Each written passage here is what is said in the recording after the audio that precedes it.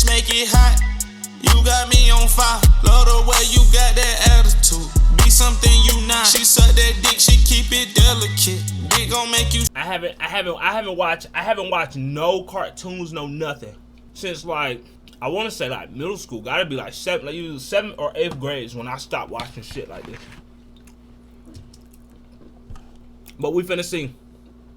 Of iconic creations. To make things even worse, they buy out competitive film studios who are actually making cinematic masterpieces and drag them into the mud. But the people have had enough with Disney's boring and bleak vision for the future. They are losing hundreds of millions of dollars, bombing at the box office with record low sales, stock prices dropping to the lowest in decades, and while you think this may be an indication they need to change, it is only going to get worse. The real reason I did notice that if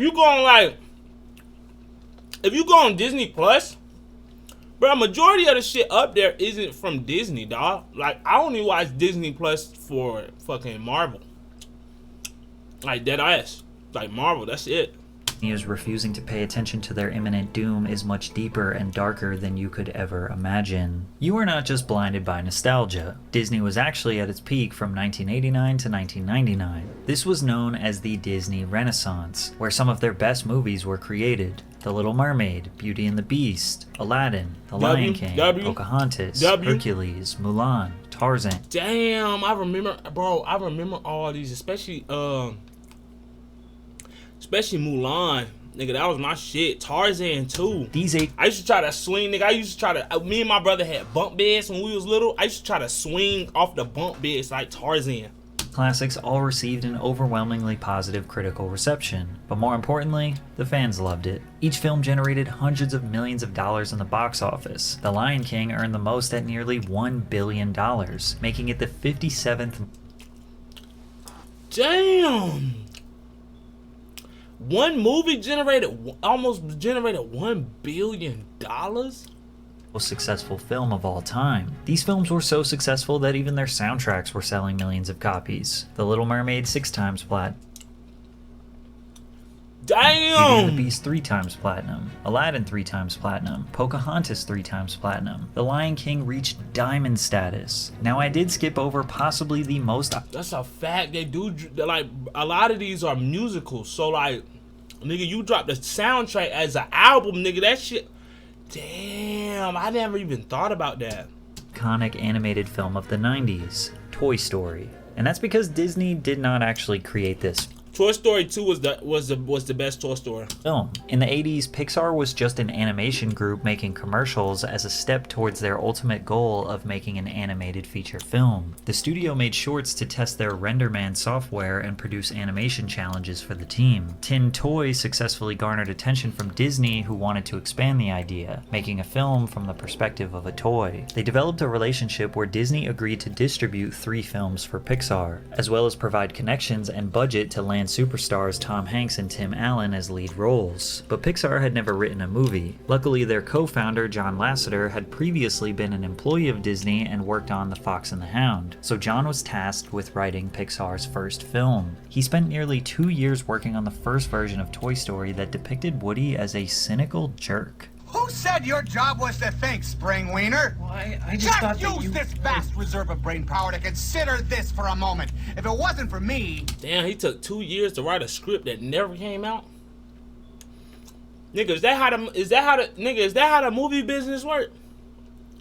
Bro, 2 years is a long time to be working on something, dog. Just for it to go to waste? And he wouldn't pay any attention to you at all. In fact, my sketchy friend, you would have been hauled away to Goodwill a long time ago, so shut your mouth and get them off the bed! When Pixar pitched this, Disney executives hated it. They thought the characters were mean-spirited and would send the wrong message to children, so they shut down production of the film. John was embarrassed and begged for another chance. Disney gave him 2 weeks to develop another version. The second iteration... Damn, and so now he only got... So what he was working on for 2 years got tossed in the trash. Now he only got 14 days?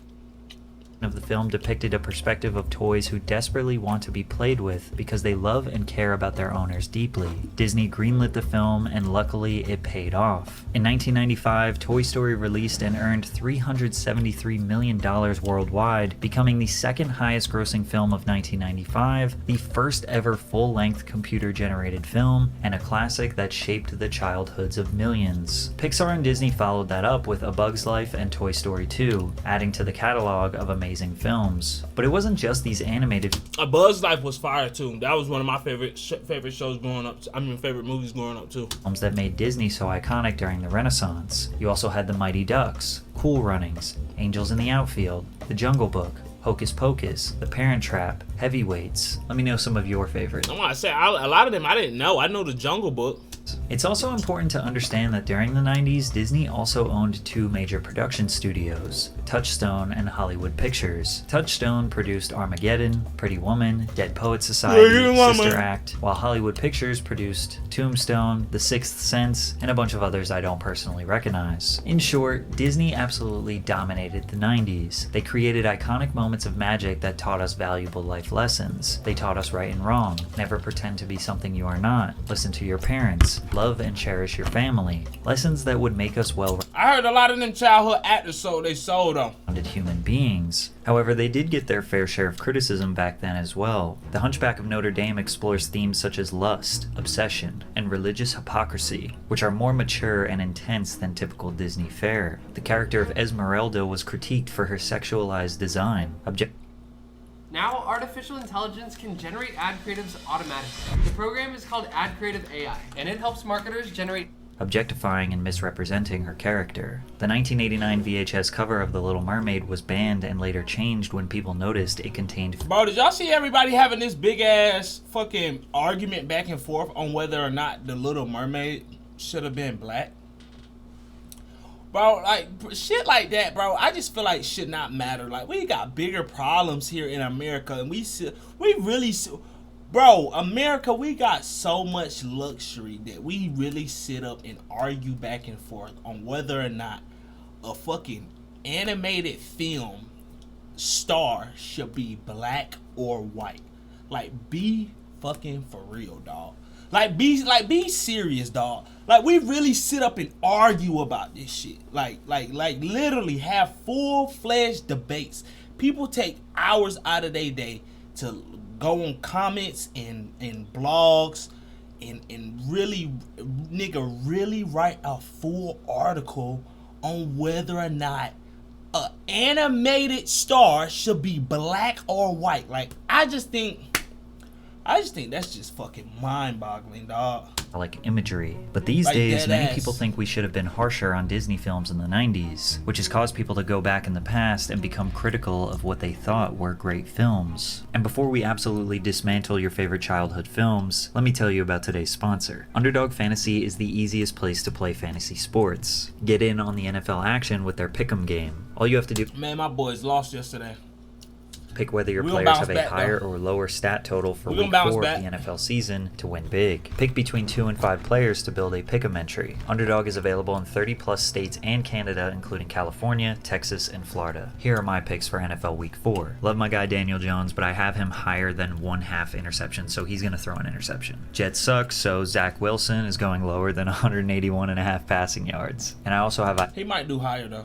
Isaiah Pacheco going lower than 55.5 rushing yards. Throw $150 at it, that's a max possible payout of $900. Sign up on UnderdogFantasy.com or via the App Store with promo code PatrickCC. I don't know.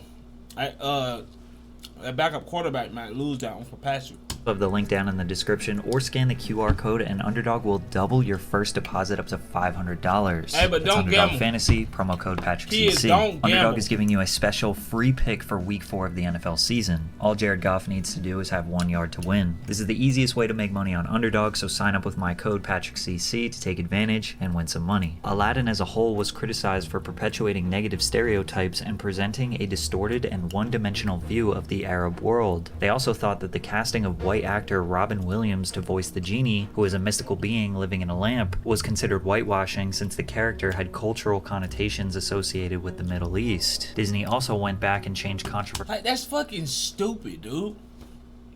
Bro, if the movie was designed for little kids, bro, little kids not even thinking about shit like that. When I was a child and I was watching all these movies and shows, bro, I'm not thinking about whether somebody should be black or somebody should be white.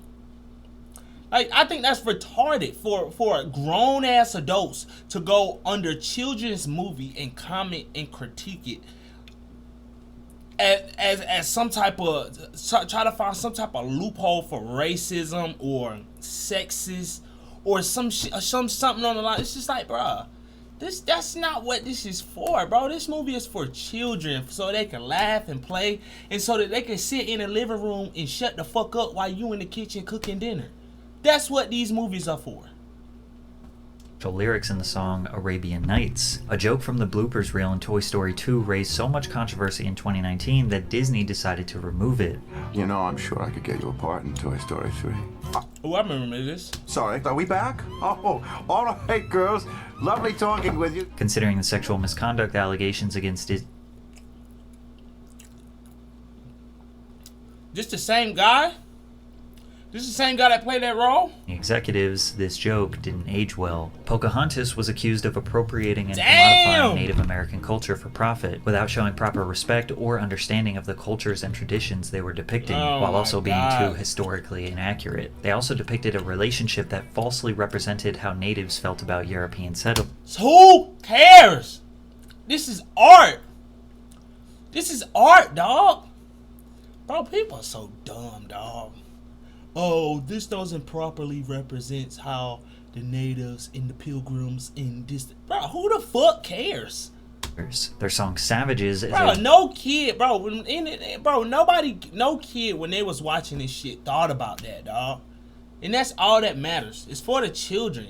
Your big grown ass shouldn't even be watching this anyway.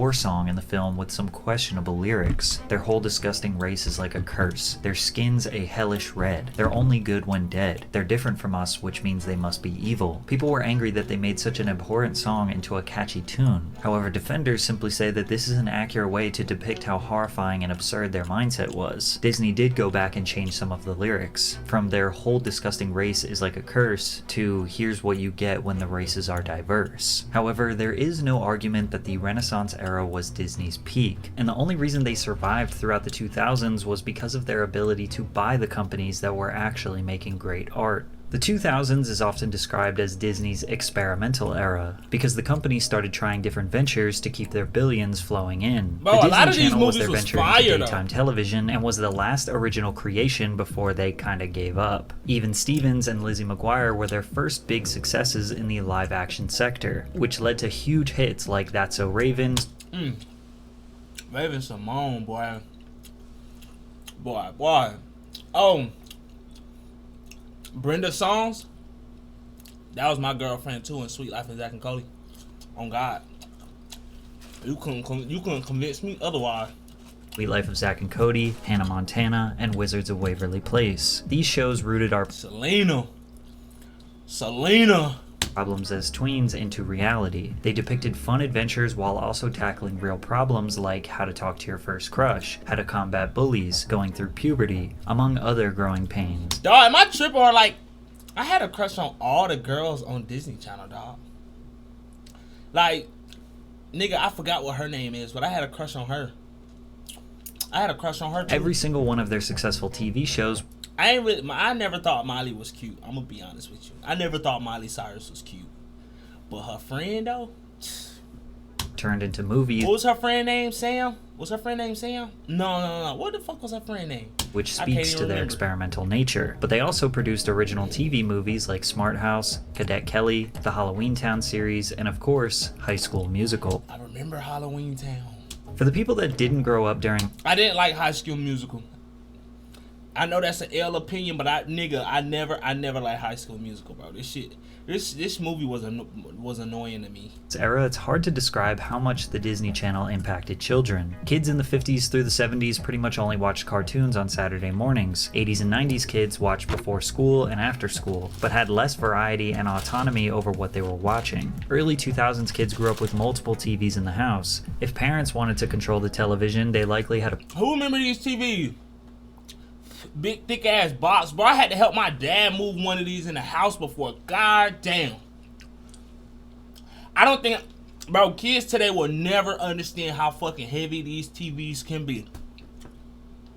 And the thing about it, only the front of it, like, only this part is really heavy. The back of it is light. So, like, bro, you could very easily drop this because all this weight is on the front of the TV, dog. And I used to have, bro, we was little, me and my brothers, we was little as hell trying to help my dad move one of these TVs in. And then, like, our house had a fireplace at the bottom, and he was trying to get the TV on top of this little cutout above the fireplace. So not only we had to carry that bitch in the house, dog, we had to fucking lift it up on this edge, dog. That shit Playroom was TV hell. or bedroom TV where they could watch whatever they want. They had DVRs, playback software, endless amounts of reruns, and even multiple channels that aired the same shows. Disney Channel shows were averaging anywhere from 4 to 10 million viewers on the premieres alone. Hannah Montana and the Cheetah Girls became international superstars, doing stadium tours with 10,000 plus people singing songs that were based on a Disney Channel TV show. And while their live-action TV thrived, their animated TV shows were much weaker than competitors Nickelodeon and Cartoon Network. But Yeah, I never. This the only Disney Channel cartoon I watched. Was the Proud Family. still had some solid new additions with the Proud Family, Kim Possible, and Oh, and Phineas Kim Ferb. Possible. All of those also And got Phineas their and own Ferb. TV Yeah, movie. yeah. He right. But if it wasn't for Pixar, Disney's animated film presence would have tanked. They started the 2000s with The Emperor's New Groove, which fans loved, but it failed to meet the financial success of the Renaissance-era films, only profiting about $70 million, which isn't enough for Disney. From here, hand-drawn animation was being considered obsolete, and Disney had not been working on computer-generated animation. To make things worse, there was new competition on the horizon, DreamWorks. Disney created a Oh, DreamWorks isn't Disney? I don't know why I always thought. Oh, that's why I be wondering, like, why Shrek and shit not on, like, Disney Plus. editor to Pixar and DreamWorks called Secret Lab, but the films they produced failed to meet expectations. Dinosaur was their 2000 film that featured Never watched this. CGI prehistoric creatures. The movie was just alright, not impressive enough for their CGI debut. It secured over $300 million in the box office, but they expected more. Secret Lab closed down after one failure. Pixar exploded again with Monsters Inc., and DreamWorks came out of the gates hot with Chicken Run and Shrek. Woo! Shrek. Hey, nigga, Shrek. I used to binge watch Shrek. Binge. When I say I know this movie word for word, cover to cover, that's how much I watched this shit as a kid, dog. Swear to God. That's how much I watched Shrek as a kid. Shrek 2 secured $900 million in the box office. Disney was trembling. The Lilo and Stitch movie was the last original bona fide Lilo and hit Stitch Disney was fire, had though. since the 90s, grossing $273 million. Yeah, Lilo and Stitch was But fire. it still didn't even come close to Pixar. Finding Nemo grossed nearly $1 billion worldwide. The Incredibles 6 What was Finding Nemo is what? That's Disney? Oh no, that's Pixar. That's $100 Pixar. million. Monsters Inc. $500 million. But it wasn't even just the money. Disney's animation was outdated, and their storylines were almost exactly the same from 1989 now into the 2000s. They knew they could not compete with the creativity of Pixar or DreamWorks, so CEO Bob Iger decided to acquire Pixar in 2006 for $7.4 billion. Hey, can't beat them. Join them. Said why the hell we going back and forth with these niggas when our wallet's bigger? Hey man, name your price. Every movie after 2006 by Pixar could technically be considered a Disney movie, but John Lasseter at Pixar was not going to let them ruin his films. He demanded that Disney executives have little power over the creative direction of Pixar films, and since Disney needed Pixar, they obliged and saw even more success. So Disney they have no creative control over Pixar. Cars, Ratatouille, WALL-E, Up, Pixar saved Disney, but only for a little bit. Damn. To make matters worse for Disney, they were struggling to find big success in live-action films. There was really only two films that carried this era. Pirates of the Caribbean, which became a multi-billion-dollar series Facts. over the next 2 decades, and Chronicles of Narnia, which also grew. Ooh, bro, you know I just recently found out that there's a second Narnia, dog. Bro, this used to be one of my favorite movies, and for the longest, I used to say, why the hell don't they make a second one, dog? I just recently found out that there's a second Narnia. Just over $1 billion worldwide, even though that was technically a spin-off from a book series written in the 50s. Other than that, we got some cult classics like The Princess Diaries, Freaky Friday, Bridge to Terabithia, and Remember the Titans. Ooh, Remember the Titans is Disney? Hey, this is a motherfucking classic. This is a motherfucking classic right However, here. as Denzel did his thing with that movie. went into the 2010s, Disney Channel ratings started to dwindle. The only show still gaining viewership was Wizards of Waverly. Selena, boy. Sheesh. I swear to God, in my little 10-year-old brain, I was gonna marry this girl one day. You couldn't tell me otherwise. Place. By that point, kids like me were in high school and moving on from Disney. It seemed like every sector of their business was facing imminent disaster as we passed 2010. Their TV cartoons weren't as good as Nickelodeon or Cartoon Network, their animated films weren't as good as Pixar and DreamWorks, their live-action TV shows were losing steam, and honestly, they never really had booming success with live-action films aside from a few. So instead of buckling down, figuring out where they are going wrong, figuring out how to create wonderful, imaginative universes like they did in the 90s and for nearly 100 years before, they took the easy way out and just bought out. Just bought it. Hey man, when you got that loot, when you got that goo up, hey man, you can do that. You can do Companies that. who were actually making We not finna waste the brain powers. Hey, we finna throw the book at them. Name your price. great art. Disney actually has a long history of buying companies that are competing with them, or buying into industries they want to take part in. Like in 1993, they purchased the Mighty Ducks hockey team and the California Angels baseball team. Why? Because they wanted to make a hockey movie and a baseball movie, and they weren't just going to waste an opportunity to create a money-making professional sports empire. Well, they failed, but the movies were pretty good. Then in 1996, they purchased ESPN Damn, I didn't know they had two. They got professional teams? the whole when they acquired ABC Inc. And to save you a bunch of time, this is every single company that Disney owns today. Damn. How much is Disney worth? How much is Disney worth? What the fuck? I did not know Disney was that big, dog. Let's look this up. How much is Disney worth? $148 billion. God damn, bro. Sheesh. Hey, that ain't nothing on Elon though. That ain't nothing on Real big estate dog companies, Elon. theme parks, merchandising, Vice, National Geographic, Hulu, and even GoPro. Disney has their white gloves in just about every business imaginable. They were once a company that took pride in creating cinematic masterpieces to last decades. Now they're With the just help a of Bob business. Iger, they became focused on one thing and one thing only: profit. And in the start of the Loot. 2010s, they did pretty dang good after they purchased Marvel Entertainment for $4.4 Oh, that was a great investment. Marvel, boy. billion. Great investment. Yo, I cannot believe these shorts from Fabletics are 2 for $24. Look at the shorts I used to wear to the gym. Many people thought Disney acquiring Marvel would remove some of the edge these Marvel characters had. Just like John Lasseter made sure Disney didn't ruin Pixar, Marvel's president Kevin Feige was going to continue to control the creative direction for future films. Good. Don't get that shit to Disney. Kevin produced most of the iconic Marvel movies in the early 2000s. Spider-Man 1, 2, and 3, Iron Man, The Incredible Hulk, Fantastic Four. Marvel was on All of them are fire. I said the Hulk was okay.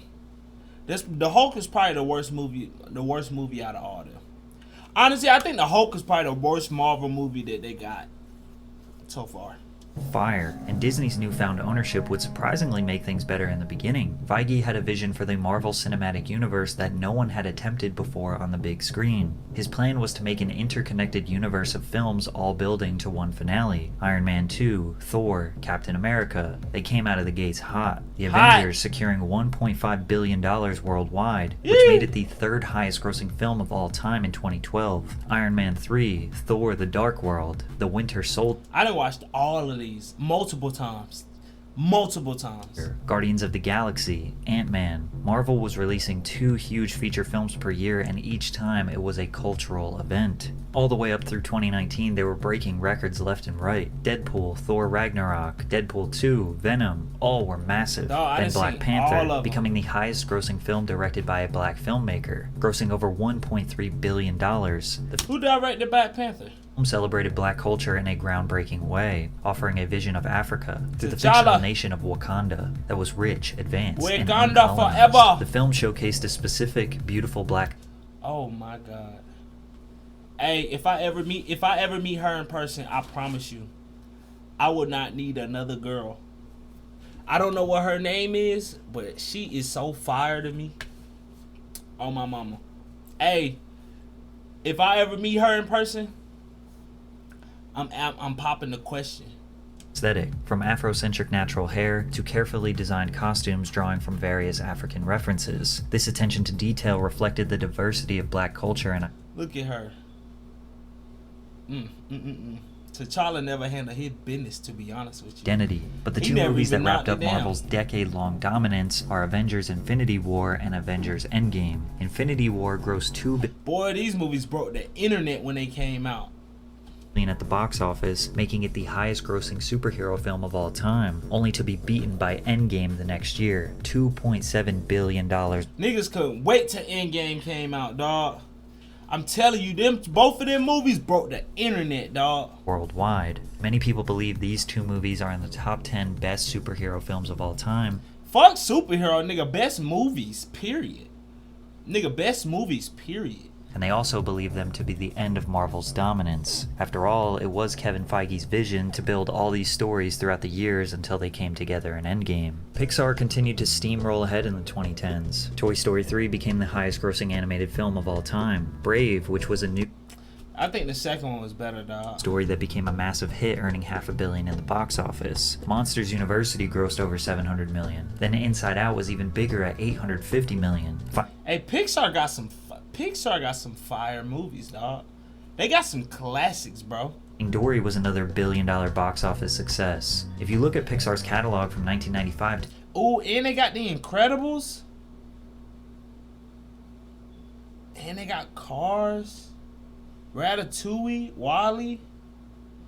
Yo, 2017, Pixar got they some had one flop, one of the most impressive runs in history. Disney was in total domination at the start of the 2010s. Yeah, they were being carried by their acquisitions, but they made a Carried. short comeback from their own animation studio. Wreck-It Ralph in 2012 was a very Pixar-inspired film about the lives of video game characters inside the arcade machines. Earning a solid $500 million at the box office got the momentum building for what was about to come. Frozen, the Ooh, I forgot about Frozen. highest grossing animated film of all time, beating out Toy Story 3, $1.28 billion. God damn, I did not know these movies be making this much fucking money. Oh my god, dog. Hey, I might have to get into acting, dog. I ain't even gonna lie. I may have to get into acting. But the success of Frozen was more than just money. Disney was able to recreate the magic and cultural dominance they had in the 90s. An original princess movie with addicting musical Do you wanna build a snowman? It was really that one song, bro. performances, valuable life lessons for kids like learning to be brave, take risks, communicate your conflicts, and always love your friends and family. It just felt right to see my little sister have an iconic Disney film to grow up with. Then they followed up with Big Hero 6 and Moana, both solid additions to the new That movie's okay. Pixar-inspired Disney catalog. They also took a big step progressively. In 2014, Ooh, this was fire. This was fire. an episode of Good Hey, MILF. That was Bay too.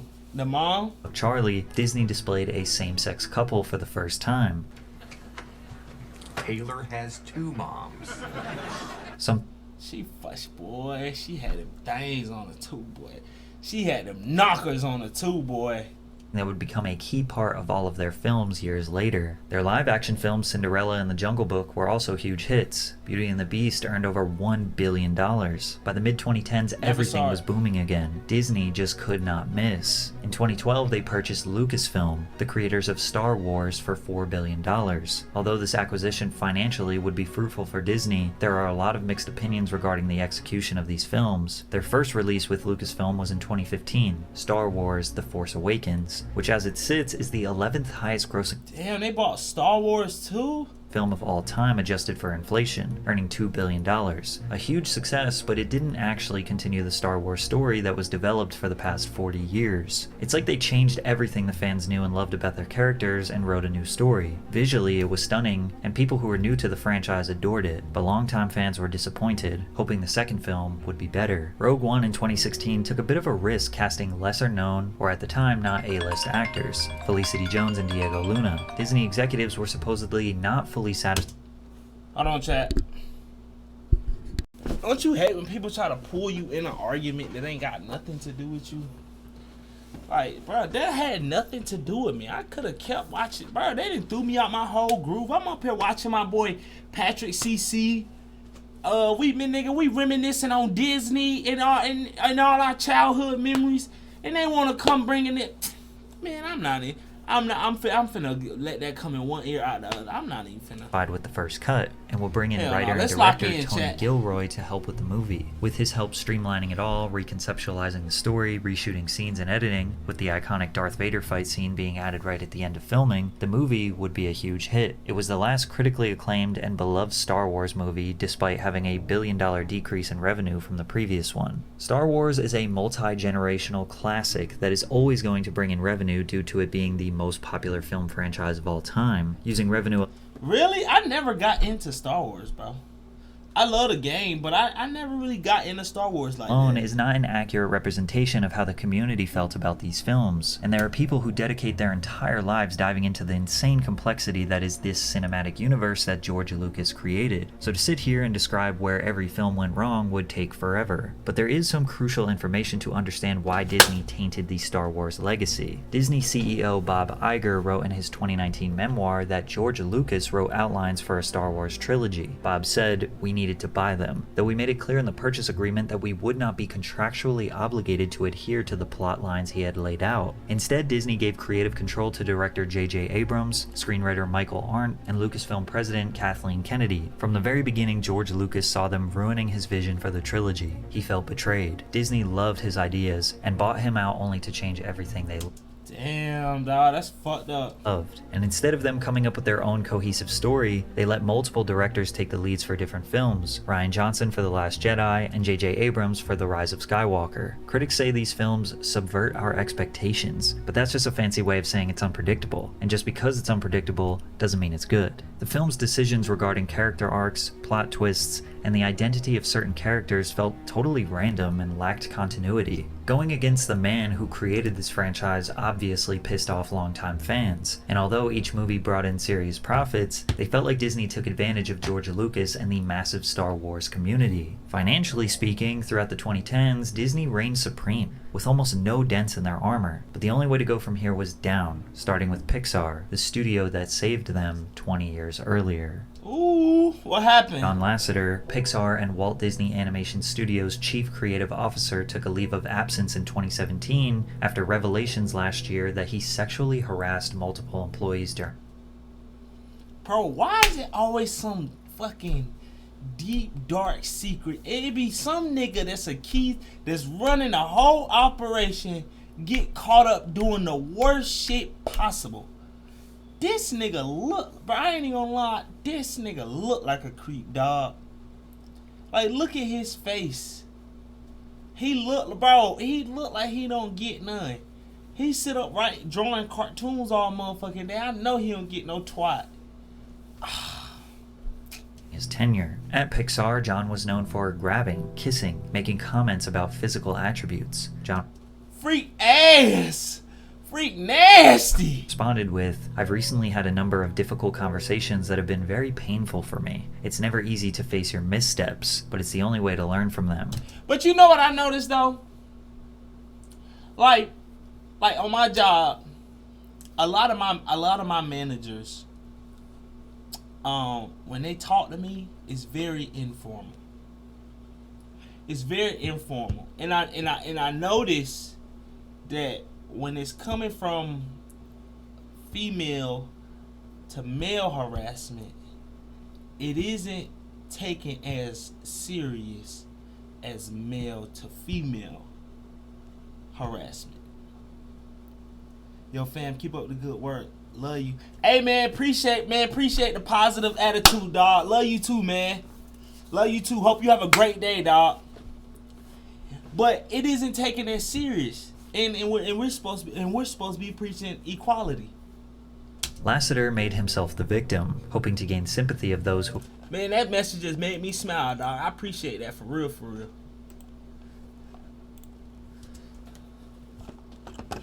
All right, let's get it. opposed this sudden Me Too movement. Disney didn't fire him until he finished the projects that he was working on. He stayed there for another year to finish Incredibles 2 and Toy Story 4. Both were massive commercial and critical successes, although John was exposed for being a relentless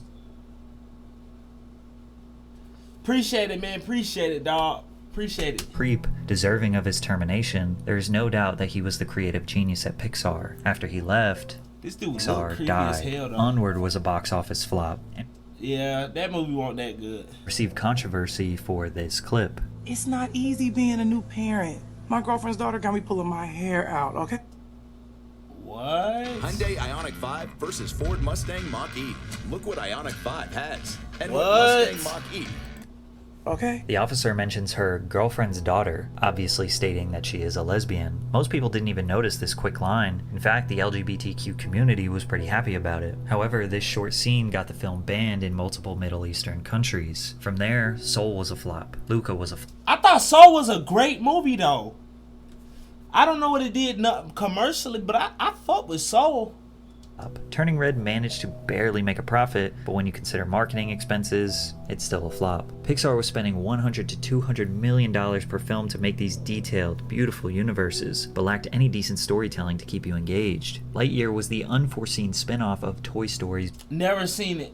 It couldn't have been, Lightyear couldn't have been good because I never seen it. Buzz Lightyear. And in this one, Pixar took their inclusion to new heights when they displayed a same-sex couple kissing. Conservative Yeah, bro, I'm not gonna lie, bro. It almost seemed like, and I have nothing with gay people or the LGBTQ community, but bro, when you see stuff like this, it almost feel like y'all like they're almost like forcing themselves on you.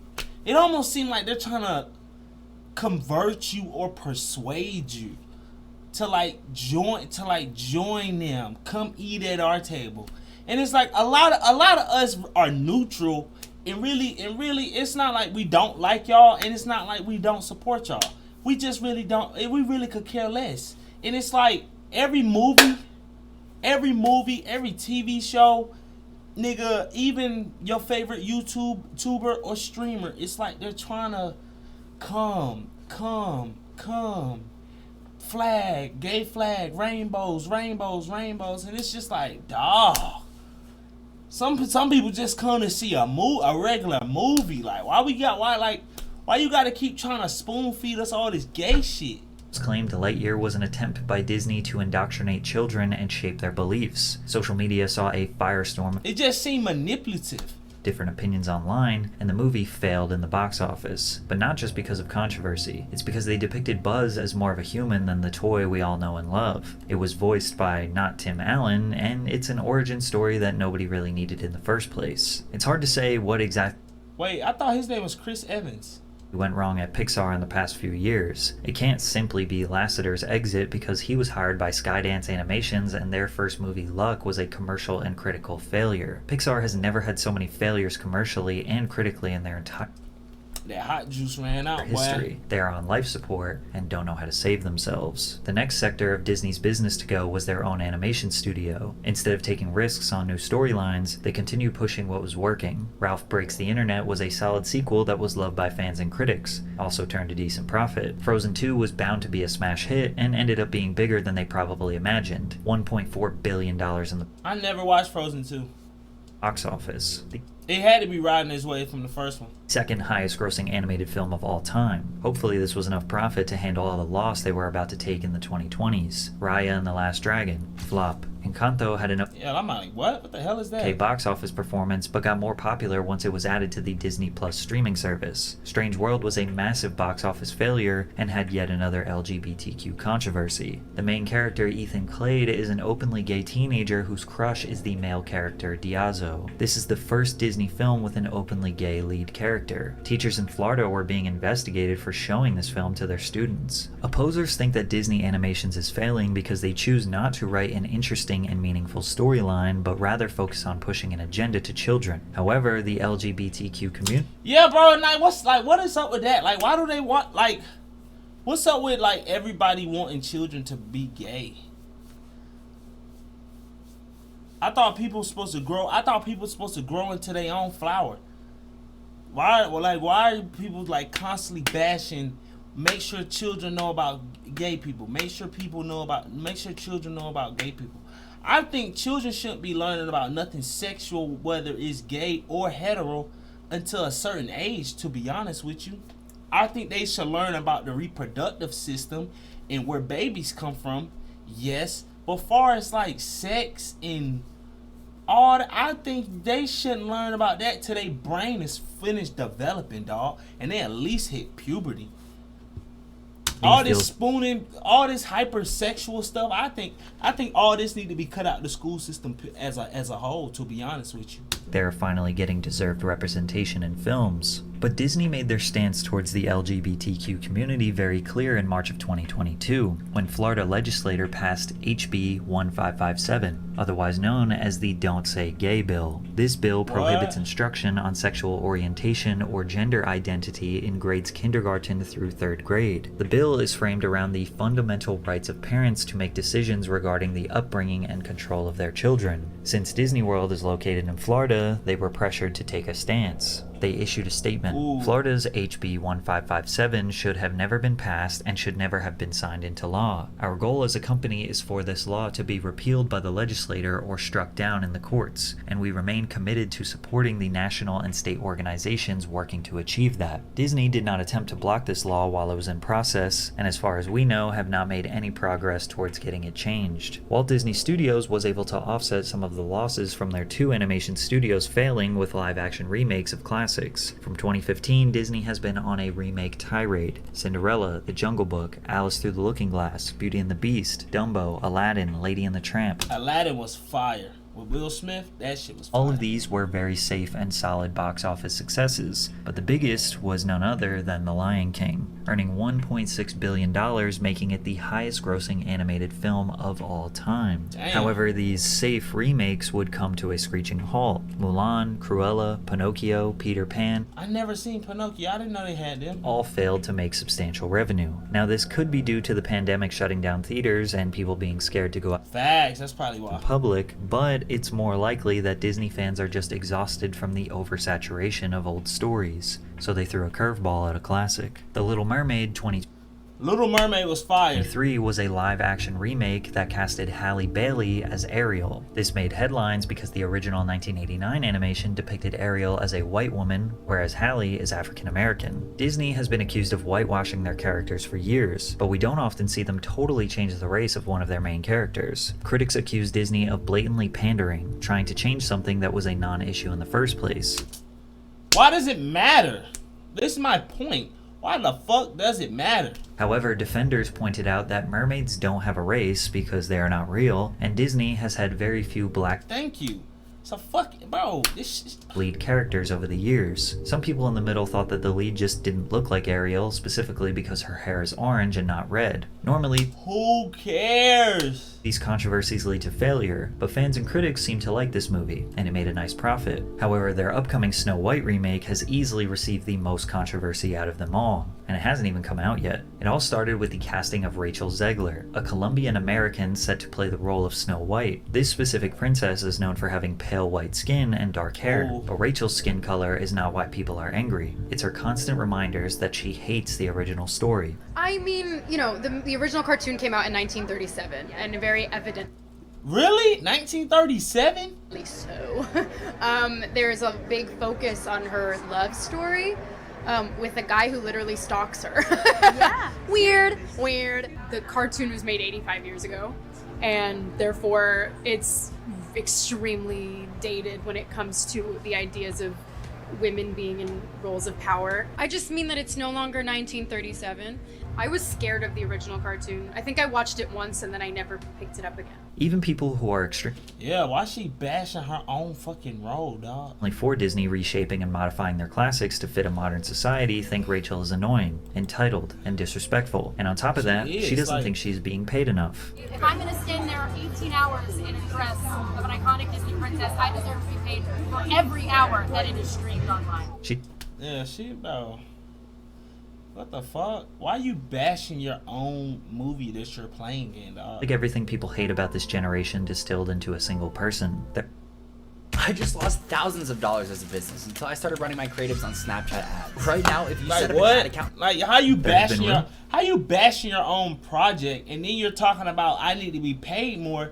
Shorty, you're paid based off of how this movie is finna do, and you're bashing the fucking movie. That Disney plans on axing this film due to the controversy. If that becomes true, it would forever change the way they cast their lead characters. If they don't axe the film, it sends the message to future leads that you can disrespect the legacy of Disney, insert your unwanted opinions, all while elevating your fame and getting paid millions of dollars. Marvel has not been able to escape this downfall either. Aside from Spider-Man and Black Panther, who were certified billion-dollar hits, their rollout of new films have been catastrophic. The New Mutants, The Kingsman, Morbius, Eternals, which was their first openly gay superhero, all... Really?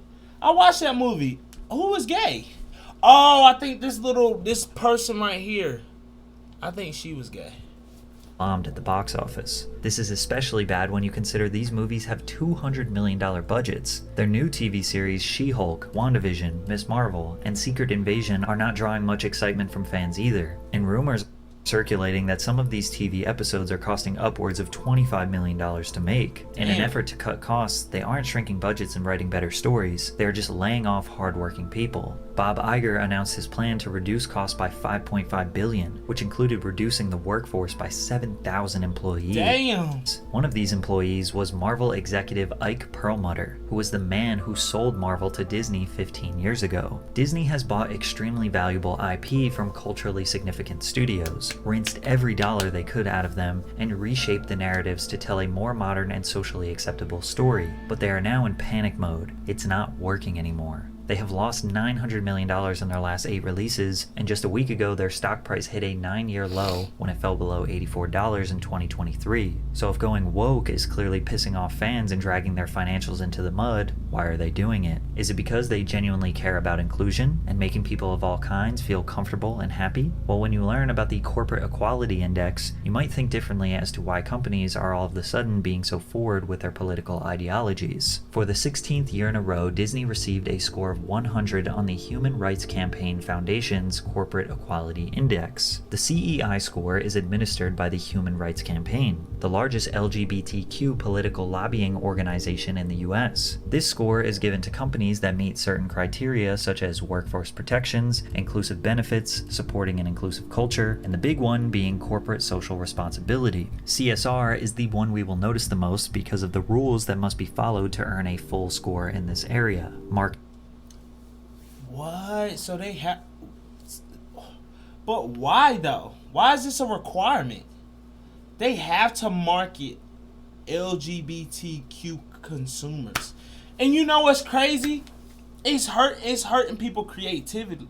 It's hurting people creativity. Even like us, even like content creators, because they always got to implement homosexuality and lesbian. Bro, it sometimes throws the whole plot of the story off.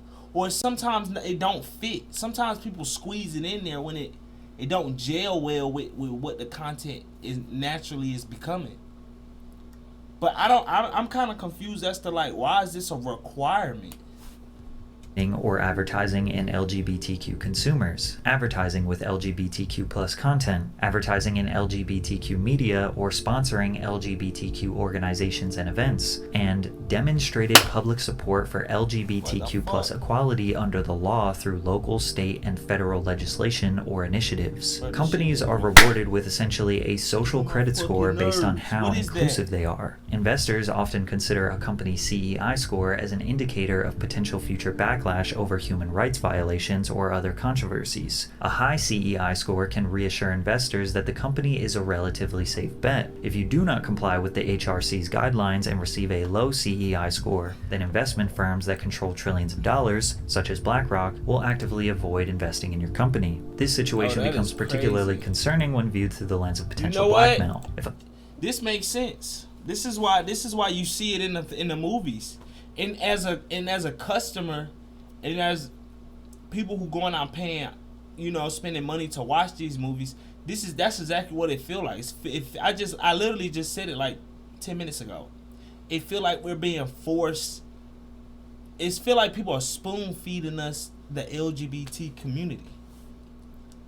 It don't seem natural. It just seems like people trying to force, especially like on children. The HRC's criteria, the HRC can exert pressure on investors. These investors, in turn, can influence the company's board, creating a chain of external pressures. If they learn that a company is not complying with the HRC's LGBTQ criteria, they have the power to contact advertising agencies and encourage them to no longer do business with these companies. This could result in a significant loss of income for a non-compliant company. Adding another layer of complexity, companies that do adhere to the CEI criteria may also be penalized if they engage in business with companies that do not. In some cases, even the companies that are making an effort to meet the CEI standards could see their scores negatively affected. Very powerful billionaires are very much against conservative values. Strong family bonds, frugality, and modesty contradict the consumerist mindset. By influencing a younger generation to distance themselves from these traditional values, these cutthroat businessmen aim to shape a future consumer base that generates more profits than ever before. However, not every company is successful in trying to achieve a higher score. For instance, companies like Bud Light have faced controversies that led to significant financial losses. The biggest problem with this score is that you'll never know the difference between an actually progressive, inclusive company and one that's just trying to get a higher score to look good for investors. You have to ask yourself, is Disney trying to make your life easier, safer, and happier? Or are they just trying to prevent investors from getting scared and pulling out? The truth is, Disney has always faced backlash, and they always will. You can type in literally any Disney film, the word controversy after it, and you will find an article of someone pinpointing a small detail accusing them of being racist, whitewashing, too gay, not gay enough. There will always be someone angry. After dragging 3 iconic studios into the dirt and squeezing out every last penny they can, it seems like the one thing they haven't tried in 2 decades is use their endless amount of dollars and connections to build a super team and write a good story. It's a fact. Hey man, Patrick, W video, dog. W fucking video. Bourbon on the Rockies, babe, that's all I drink. Don't you try to call me when the moon is up. I've been drinking all day and my head start to thinking. Prada bags all in your legs, you look amazing. How you post this shit and you ain't text me back. Riding with the stars, flying high across the map. Pray the moment never fade away.